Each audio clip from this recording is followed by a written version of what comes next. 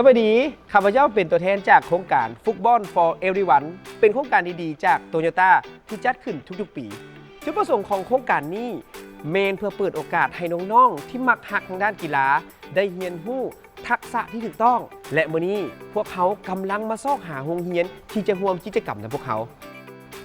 พอดีน้องๆ2คนกำลังย่างไปโรงเรียนพอดีนี่กำลังสิไปโรงเรียนบ่นี่น้อง โดยกำลังสิไปพาอ้ายไปโรงเรียนตัวได้บ่ข้าสั้นเดียวพวกเขาไปโรงเรียนน้ำกันเนาะ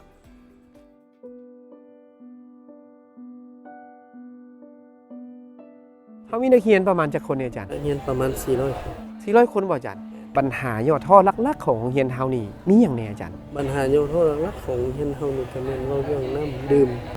น้ำดื่มเพราะว่านักเรียนส่วนหลายก็แม่นดื่มน้ำก๊อกนะน้องๆอยู่โรงเรียนเฮานี่มักเล่นกีฬาบ่อาจารย์ก็สิมักอยู่เพราะว่าเห็นเขาเจ้าลิ้นแต่ว่ามันเฮาบ่มีอุปกรณ์เจ้าเพียงพอเนาะถ้ามีอุปกรณ์ที่เขาเจ้าครบถ้วนเพียงพอนะเขาเจ้าก็สิอาจจะมาโรงเรียนดีขึ้นได้อาจารย์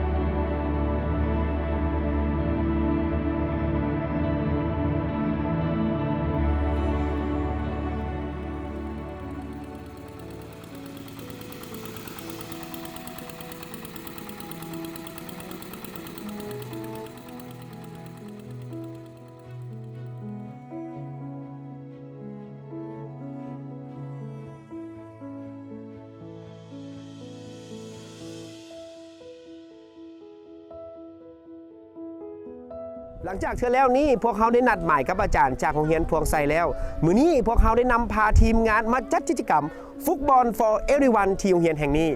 นอกจากนี้พวกเขายังนำพาเอาโค้ชไซโตซังมาสอนทักษะดีๆให้กับน้องๆยังไม่พอเท่านั้นพวกเขาได้นำพาทีมงานมาเจาะน้ำบาดาลให้น้องๆเพื่อให้น้องๆได้ใช้น้ำสะอาด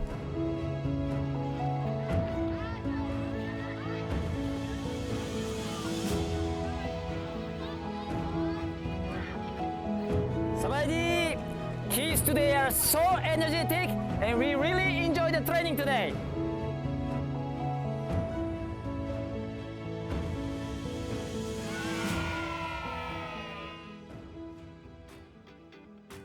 สวัสดีทุกคน2 เดือนก่อนพวกเขาได้มาจัดกิจกรรมอยู่โรงเรียนแห่งนี้มื้อนี้พวกเขาได้กลับมาอีกครั้งลองมาเบิ่งว่าหลังจากที่2 เดือนที่แล้วมีหยังแน่เปลี่ยนแปลงไปหรือบ่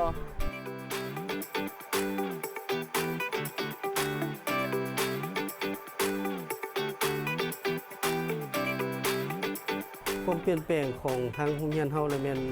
มีความสะดวกสบายหรือว่านักเรียนมีทักษะในการเล่นกีฬาเนาะ